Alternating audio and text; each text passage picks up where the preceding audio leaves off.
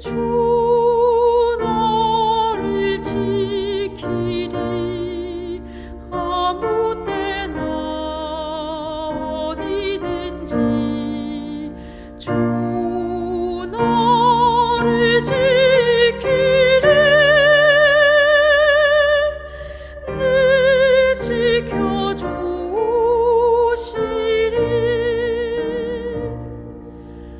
어려운 시험 당하나 주 너를 지키리.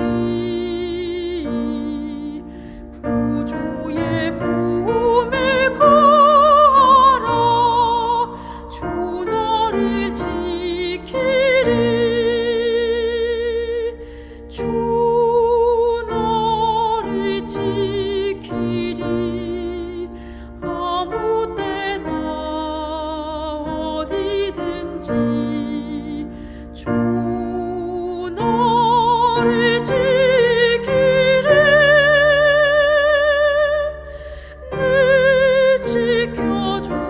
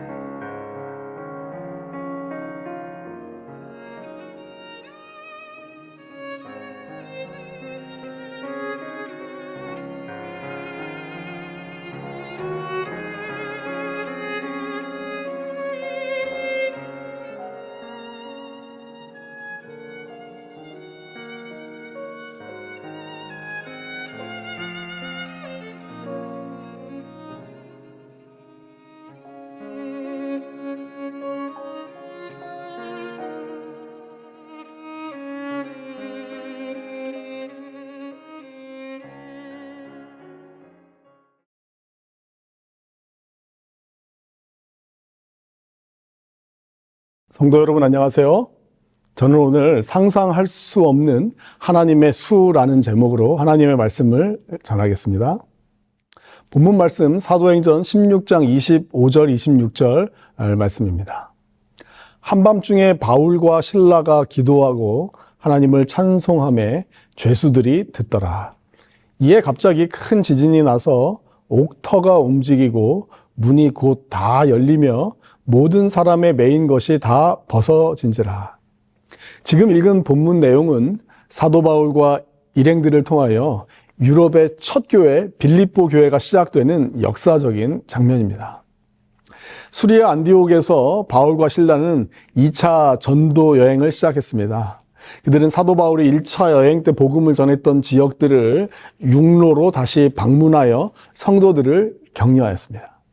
길을 따라 길리기아의 다소를 지나 더베와 루스드라에 이르렀을 때 바울은 젊은 제자 디모데를 그곳에서 만나 영적인 아들처럼 여겨 함께 전도 여행에 동참하게 하였습니다. 그 후 사도행전 16장 4절에 기록된 것처럼 이고니온, 비시디아 안디옥, 갈라디아 지역의 여러 성을 방문하여 여러 교회가 믿음이 더 굳어지고 수가 날마다 더하는 부흥을 경험하게 됩니다. 바울의 마음에는 이번 2차 전도 여행은 1차 때 가지 못했던 아시아의 서쪽 큰 도시 에베소와 같은 곳에 가서 복음을 전하고 싶은 열망이 있었던 것 같습니다. 그러나 성령께서는 그 길을 허락하지 않으셨다고 사도행전 16장 6절에서 8절에는 기록하고 있습니다. 성령께서 막으셨습니다. 그렇게 아시아의 서쪽 끝까지 밀려나 항구 도시 드로아에 도착한 바울 일행, 그들은 더 나아갈 길을 모른 채 이곳에서 하룻밤을 보내게 됩니다. 성공적이었던 1차 전도 여행과 달리 앞이 보이지 않는 그 막막함 속에 그 어느 때보다 하나님께 기도하면서 하나님의 뜻을 절실히 구했을 바울의 모습이 제 마음속에 떠오릅니다. 그날 밤 그 기도의 응답으로 드로아에서 바울은 밤에 마게도니아 사람 하나가 서서 마게도니아로 건너와서 우리를 도우라고 하는 간절한 요청의 환상을 보게 됩니다. 그것은 하나님께서 유럽 땅에 복음을 전하도록 부르시는 명확한 인도였습니다. 바울과 동역자들은 지체하지 않고 순종했습니다. 트르키의 드로아에서 배를 타고 사모드라게를 거쳐 네아폴리에 이르렀습니다. 네아폴리는 그리스의 항구 도시, 지금은 카발라인데요. 아시아 대륙과 유럽 대륙을 잇는 마게도니아의 첫 관문이기도 하고 바울 일행이 유럽 대륙에 닿은 첫 번째 땅이었습니다. 드로아에서 무작정 배에 오른 그 바울 일행은 부푼 기대와 두려움을 안고 낯선 땅 유럽 대륙의 첫 걸음을 내딛었고 이때로부터 유럽의 복음화가 시작된 것이죠. 그리고 그 유럽의 교회가 지난 2000년 동안 세계의 복음화의 가장 주축을 이루는 역할을 하게 되었습니다. 빌립보는 마게도니아 지방의 첫 성이며 로마의 식민지였는데요. 아무런 선교 전략이나 계획 없이 오직 환상만을 의지해 도착한 이 낯선 땅, 이곳에서 바울과 일행은 하나님의 계획과 성령님의 이끄심을 확신하게 되는 두 번의 만남을 갖게 됩니다. 그 첫 번째 만남은 안식일에 바울 일행이 기도할 곳을 찾다가 한 강가에서 이루어지는데요. 강가에 모여있던 여인들을 안식일에 만나 복음을 전하는 것이었습니다. 튀르키예 두아디라 출신의 자주 옷감 장사였던 루디아가 그날 바울과 일행에게 복음을 전해 들었습니다. 성경은 사도행전 16장 14절에서 주께서 그 마음을 열어 바울의 말을 따르게 하셨다라고 증언합니다. 루디아는 기쁨으로 복음을 받아들였고 자기 가족과 함께 침례를 받았습니다. 그리고 간절히 청하여 사도들을 자기 집에 머물게 할 정도로 대접하기를 좋아하는 그런 귀한 그런 사람이었습니다. 향후 2000년 동안 세계 기독교의 중심이 될 유럽 교회의 첫 도시가 빌립보인데 거기서 첫 번째 만난 루디아와 그 가족의 구원은 한 가정의 구원으로 끝나지 않았고 바울의 모든 사역에 앞장서서 돕고 후원하는 지지자이자 후원자가 되었습니다. 복음이 전해질 때마다 방해도 있었습니다. 사도들이 복음을 전하러 빌립보 성을 향하여 나갔을 때 한 여인이 따라오며 계속해서 외쳤습니다. 이 사람들은 지극히 높은 하나님의 종으로서 구원의 길을 너희에게 전하는 자라. 굉장히 좋은 말이죠. 겉으로 보기에는 굉장히 칭찬 같고 좋은 말이지만 사실 그녀는 귀신 들린 점쟁이였고 사단의 특별한 대리자였습니다. 그가 하는 말은 복음을 혼잡하게 하고 사람들을 혼란케 했다라고 화이트 선지자는 기록하고 있는데요. 바울은 며칠 동안 이를 참다가 성령의 감동으로 귀신에게 명했습니다. 예수 그리스도의 이름으로 내게 명하노니 그 여자에게서 나오라. 즉시 귀신은 떠나갔습니다. 이제 조용해진 이 여인은 돈을 버는데 도움이 되지 않자 분노한 주인들은 바울과 실라를 끌고 관원들 앞에 가서 고소했습니다.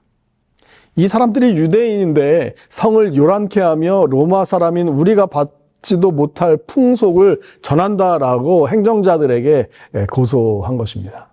군중들도 동요했고 바울과 실라는 옷이 벗겨진 채 심한 매질을 당한 뒤에 깊은 감옥에 갇혀 발에는 착고가 채워졌습니다. 사실 이 감옥은 법정에서 판결을 받은 사람들이 짧은 기간 동안 머무르는 그런 감옥이라고 성경학자들은 말하는데요. 옛날 물 저장고나 저장 탱크였다고 말하기도 합니다. 그 중간을 나누어서 아래층은 감옥으로 사용했고 그 위층은 간수들이 감시하는 그런 구조였다라고 말합니다.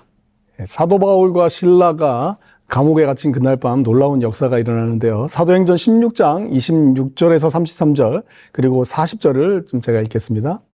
이에 갑자기 큰 지진이 나서 옥터가 움직이고 문이 곧 다 열리며 모든 사람의 매인 것이 다 벗어진지라. 간수가 자다가 깨어 옥문들이 열린 것을 보고 죄수들이 도망한 줄 생각하고 칼을 빼어 자결하려 하거늘 바울이 크게 소리질러 이르되 내 몸을 상하지 말라. 우리가 다 여기 있노라 하니 간수가 등불을 달라고 하며 뛰어들어가 무서워 떨며 바울과 실라 앞에 엎드리고 그들을 데리고 나가 이르되 선생들이여 내가 어떻게 하여야 구원을 받으리까 하거늘 이르되 주 예수를 믿으라 그리하면 너와 내 집이 구원을 받으리라 하고 주의 말씀을 그 사람과 그 집에 있는 모든 사람에게 전하더라. 그 밤 그 시각에 간수가 그들을 데려다가 그 맞은 자리를 씻어주고 자기와 그 온 가족이 다 침례를 받은 후 40절 두 사람이 옥에서 나와 루디아의 집에 들어가서 형제들을 만나보고 위로하고 가니라. 한밤중에 일어난 감옥의 지진으로 간수와 그 가족이 구원을 받고 루디아와 함께 빌립보 지역에서 두 번째 열매이자 빌립보 교회 개척이 이루어지는 일이 있도록 하신 것입니다. 빌립보 감옥에 갇히고 매를 맞은 바울과 실라는 사실 로마 시민권자였습니다. 로마 시민에게는 특별한 권리가 있었는데 정식 재판 없이 형벌을 받을 수 없었고 또 고문이나 잔인한 체벌도 금지되어 있었습니다. 그러나 빌립보 행정자들은 그것을 알지 못한 채 바울과 실라를 매질하고 감옥에 가둔 것입니다. 이상한 점은 바울과 실라가 처음부터 로마의 시민권자임을 내세워서 자신을 지키려 하지 않았다는 점인데요. 아마도 복음을 위해 스스로 낮은 자리에 내려가려고 했던 것 같습니다. 나중에 그들이 로마 시민이라는 사실을 알게 되었을 때 행정자들은 깜짝 놀랐을 뿐만 아니라 자신들이 법을 어겼다는 그 후환에 대한 두려움 때문에 바울과 실라로 하여금 빨리 그 성을 떠나도록 이렇게 하였습니다. 오늘 유럽의 첫 교회 빌립보 교회가 탄생하는 그 놀라운 과정을 보면서 참으로 하나님의 계획은 놀랍다. 사람은 상상할 수도 없구나 라고 하는 것을 많이 느끼게 됩니다. 여러분 혹시 바둑의 수가 몇 개인지 아시나요? 바둑은 인간이 둘 수 있는 가장 복잡한 게임이라고 불리는데요. 바둑은 19줄과 19줄이 교차하는 361개의 자리가 있다고 합니다. 한 번에 둘 수 있는 수만 해도 최대 361개나 되기 때문에 어떤 학자는 바둑의 전체 경우의 수를 10의 172승이라고 말하기도 합니다. 0이 무려 172개나 붙는 엄청난 숫자이죠. 거의 무한대나 마찬가지입니다. 그래서 지금까지 둔 바둑 게임 중 단 하나도 똑같은 것이 없고 앞으로 뭐 완전히 같은 그런 게임은 없을 것이라고 말하는 사람도 있습니다. 근데 여러분 우리가 기억해야 할 것이 있습니다. 하나님이 저와 여러분을 향해 두실 수 있는 수는 그보다도 훨씬 크고 놀랍다라고 하는 사실입니다. 시편 139편 16절 17절에 내 형질이 이루어지기 전에 주의 눈이 보셨으며 나를 위하여 정한 날이 하루도 되기 전에 주의 책에 다 기록이 되었나이다. 하나님이여 주의 생각이 내게 어찌 그리 보배로우신지요 그 수가 어찌 그리 많은지요 라고 기록하고 있어요. 우리가 흔히 쓰는 묘수라는 말은 장기나 바둑 같은 게임에서 기발하고 절묘한 수를 가리킵니다. 아무도 예상하지 못했지만 단번에 그 판세를 뒤집고 길을 열어주는 놀라운 수를 묘수라고 말하는 것이죠. 인생의 막다른 길에서 도저히 해결할 수 없을 것 같은 문제 앞에서 기발하게 하나님께서 길을 내시는 묘수를 우리는 섭리라고 부릅니다. 성도 여러분, 우리의 인생에도 때때로 막막한 순간이 찾아오지만 하나님께서는 언제나 우리의 상황을 새롭게 하실 놀라운 묘수가 있으십니다. 하나님은 우리가 상상할 수 없는 길을 여시는 분이십니다. 다시 유럽의 첫 교회 빌립보 교회가 세워지는 과정으로 돌아가 보면 2차 선교 여행을 떠난 사도 바울과 그 일행을 막으셨던 장면들을 찾아볼 수가 있어요. 사도행전 16장 6절, 성령이 아시아에서 말씀을 전하지 못하게 하시거늘. 7절, 무시아 앞에 이르러 비두니아로 가고자 애쓰되 예수의 영이 허락치 아니하시는지라. 사도행전 16장 18절, 이같이 여러 날을 하는지라 심히 괴로워하여. 19절, 바울과 실라를 잡아가지고 저자로 관원들에게 끌어갔다가. 22절, 옷을 찢어버리고 매로 치라 하여. 23절, 많이 친 후에 옥에 가두고 그 발을 착고에 든든히 채웠더니. 그들에게 찾아온 것은 이해할 수 없는 핍박과 실패와 가로막힘이었어요. 여러분, 우리가 기억해야 할 것은 지금 바울과 실라 이 전도팀은 개인의 어떤 이익을 위한 그런 장사 아니면 사업으로 떠난 것이 아닙니다. 선교 여행이에요. 선교 중입니다. 그럼에도 불구하고 가끔은 부흥과 은혜도 경험하였지만 2차 여행 큰 틀에서는 실패로 끝나는 듯이 보이는 것이죠. 하나님이 멈추게 하실 때, 실패처럼 여겨질 때, 하나님의 뜻을 몰라 깊은 감옥에 갇혀 두려울 때 바울과 실라가 행한 모습은 무엇이었습니까? 그것은 사도행전 16장 25절에 기록되어져 있는 것처럼 한밤중에 바울과 실라가 기도하고 하나님을 찬송하며 죄수들이 듣더라. 하나님께 기도하고 하나님께 찬송한 것이었습니다. 여기 한밤중이라고 성경에 기록된 이 시간을 우리는 정확하게 알 수 없지만 몇 시 정도 될까요?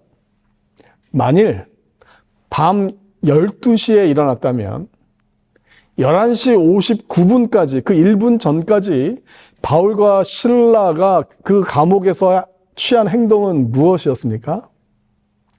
이 장면을 화이트 선지자는 사도행전 213페이지와 214페이지에서 이렇게 기록하고 있습니다.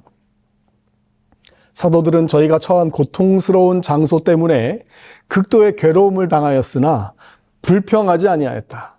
칠흑같이 어둡고 황폐한 토굴 가운데서도 그들은 기도하는 말로 서로 격려하고 하나님께 찬양의 노래를 불렀다. 그 까닭은 하나님을 위하여 수치를 당하는 것은 가치 있는 일임을 알았기 때문이었다. 그들의 마음은 구속주의 사업에 대한 깊고도 열렬한 사랑으로 기쁨을 얻었다. 다른 죄수들은 놀라움으로 더 깊은 옥에서 흘러나오는 기도와 찬미 소리를 들었다. 그들은 비명과 신음소리와 저주와 욕지거리가 밤의 정막을 깨트리는 것에는 익숙하였으나 침울한 감방에서 기도와 찬양이 흘러나오는 것은 전에 결코 들어본 적이 없었다. 이 기도와 찬양 가운데 하나님의 묘수, 하나님의 섭리가 그 빌립보 감옥에서 펼쳐지기 시작합니다. 사도행전 16장 26절에 이에 갑자기 큰 지진이 나서 옥터가 움직이고 문이 곧 다 열리며 모든 사람의 매인 것이 다 벗어진지라. 여러분, 지진이 나기 직전 11시 59분 성령께서 여러분을 멈추게 하신 일이 해결되기 1분 전이라고 할 때 하나님의 기적, 하나님의 섭리는 항상 때가 있음을 기억하시게 되길 간절히 바랍니다. 지진이 나고 문이 열리며 그들에게 묶여져 있던 사슬이 풀렸죠. 저와 여러분 가운데 주님이 일하시기 직전인 11시 59분에 지금 처해 있는 분이 있다면 바울과 실라가 하나님께 기도했던 이 모습을 기억하게 되기를 바랍니다. 바울과 실라는 하나님의 때, 시간에 맞는 그 기적을 만나기까지 죄수들이 듣도록 하나님께 기도하며 격려하였고 찬양을 올렸습니다. 그들에게 일어나는 상황을 다 이해하지 못했지만 그럼에도 불구하고 찬양을 선택했습니다. 여러분이 기적 직전에 살고 있고 아무 일도 일어나지 않고 있다면 여러분들에게 도전을 드리고 싶습니다. 격려하고 싶고 용기를 드리고 싶습니다. 아무 일이 일어나지 않아도 옳은 방향으로 계속 나아가시게 되기를 바랍니다. 아무 일이 일어나지 않아도 계속 기도하고 찬양하시게 되기를 바랍니다. 하나님께서는 당신의 종들에게 은혜를 베푸는 것을 잊지 않으셨다. 온 하늘은 그리스도를 위하여 고통당하고 있는 사람들에게 흥미를 가졌고 천사들은 감옥을 방문하도록 보냄을 받았다. 그들의 발걸음에 땅이 진동하였다. 무겁게 빗장 걸린 옥문은 활짝 열렸고 죄수들의 손과 발에서 쇠사슬과 족쇄가 풀어졌으며 밝은 빛이 옥에 가득 찼다. 간수는 투옥된 사도들의 기도와 찬미를 놀라움으로 들었었다. 사도행전 215페이지에 있는 말씀입니다. 하나님은 성도의 기도와 찬양을 결코 잊지 않으십니다. 하나님이 막으셨을 때, 기도에 응답이 없을 때, 교회가 계획하는 일이 뜻대로 되지 않을 때, 때로는 자녀들이 마음대로 우리의 뜻대로 되지 않을 때 하나님 보시기에 여러분의 유익을 위한 것임을 믿고 기다려야 합니다. 바울은 하나님의 뜻과 섭리에 의해 빌립보 감옥으로 밀려 들어간 것이지 우연히 들어간 것이 아닙니다. 그는 가고 싶었고 이미 가 있어야 한다고 생각한 곳에 가는 것이 막혔지만 하나님은 아직 때가 아니라고 말씀하고 있는 것이죠. 이렇게 닫힌 문, 가로막힌 일들도 하나님이 열어주시는 문만큼이나 하나님의 섭리인 것을 잊지 않게 되기를 바랍니다. 하나님이 닫으셨다면 그것은 시간의 문제입니다. 하나님의 시간을 믿고 기다리는 성도의 인내가 우리의 기도와 찬송으로 계속해서 하나님께 드려지기를 이 시간 결심하게 되길 바랍니다. 하나님의 계획은 자살하려 했던 간수와 그 집안이 주님을 믿고 구원을 얻도록 바울과 실라를 사용하시는 것이었어요. 앞으로 2000년 동안 유럽의 또 세계의 복음화에 앞장서게 될 이 첫 교회의 성도들, 첫 지도자들, 빌립보 교회가 루디아와 가족들 그리고 간수의 가족들로 채워지게 하는 그 장면을 우리는 하나님의 섭리 가운데서 바라보게 되는 것이죠. 바울이 모든 것이 막혀 막막함에 드로아에서 기도할 때 이런 일들이 일어날 것이라고 상상하거나 기대했을까요? 바울은 하나님의 뜻에 의해 밀려 들어간 것이지 우연이 아니었던 것입니다. 어느 청년이 대학 담당 목사님께 와서 이렇게 호소했습니다. 목사님, 하나님이 저를 멈추게 하신 것 같아요. 모든 길을 막으시는 것 같아요. 모든 청년들이 다 그런 것은 아니지만 많은 청년들이 대학을 졸업하고 취업을 준비하는 과정에서 아주 비슷한 마음을 갖게 되고 경험합니다. 보통 200개에서 300개의 기업에 자기소개서 원서를 넣어 지원하지만 실제로 면접 기회를 얻는 것은 몇 회사 되지 않습니다. 기다림이 길어질수록 마음은 점점 외롭지고 또 버림받은 것 같고 또 내 삶에는 아무 일도 일어나지 않을 것처럼 두려운 마음이 엄습합니다. 때로는 또 하나님을 원망하기도 하고 하나님은 나를 잊으셨나? 라고 하는 그 사단의 속삭임에 압도당하기도 합니다. 사랑하는 성도 여러분, 멈춰 선 것처럼 느껴질 때 바로 그 순간이 하나님께서 우리를 다루고 계신 시간임을 기억하시게 되길 바랍니다. 그때 필요한 것은 포기가 아니라 기도와 찬양하는 것입니다. 바울과 실라가 한밤중 감옥에서 기도하고 찬송했을 때에 하나님의 시간이 기적처럼 일어났어요. 닫힌 문이 열리고 묶였던 사슬이 풀리고 하나님이 준비하신 새로운 길이 열렸습니다. 성경은 한밤중을 전환의 시간으로 보여줍니다. 전환의 그 시간은 하나님이 가장 기뻐 일하시는 시간이지만 동시에 사탄이 가장 크게 낙심을 불어넣는 시간이기도 해요. 11시 59분. 하나님이 일하시기 직전 우리는 가장 지치고 포기하고 싶어지는 것이죠. 하지만 바로 그 순간이 하나님의 기적이 문 앞까지 와 있는 때임을 우리는 잊어서는 안 됩니다.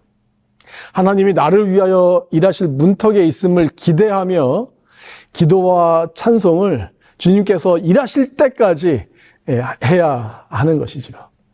어두운 감옥에서 원망이나 불평이 아닌 기도와 찬송으로 시간을 보낸 하나님의 백성을 통해 지진이란 기상천외한 방법으로 역사하셔서 하나님의 일을 이루신 하나님의 섭리를 오늘 살펴보았습니다. 그것은 바울과 실라를 풀어주기 위한 것이 아니라 오히려 절망 속에서 자결하려 했던 간수를 살리고 그의 온 가족에게 구원의 길을 여는 놀라운 하나님의 방법이었습니다. 이것이 바로 하나님의 섭리이고 방법입니다. 우리가 상상할 수 없는 방식으로 우리가 미처 기대하지 못한 순간에 하나님은 역사하십니다.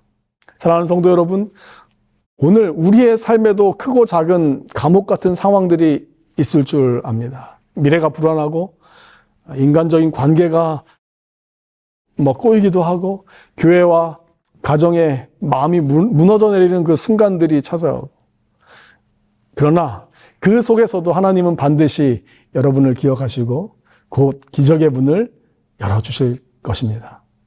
하나님께 기도하고 찬송하는 저와 여러분 되기를 바라며 말씀을 마치도록 하겠습니다.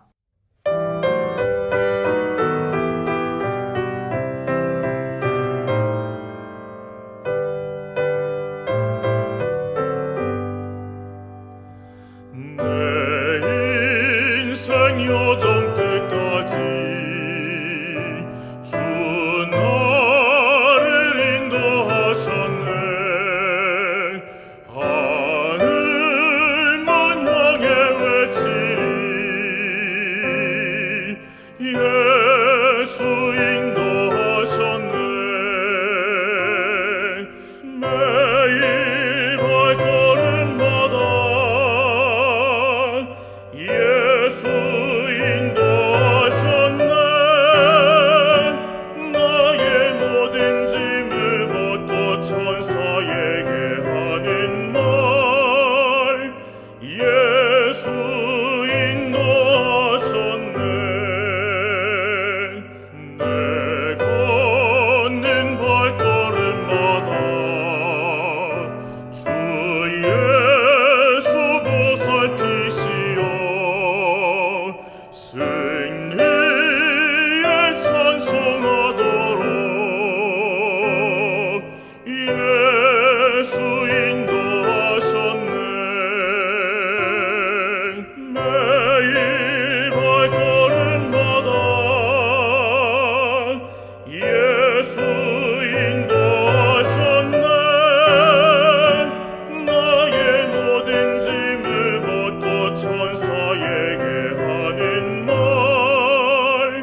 예수 인도하셨네.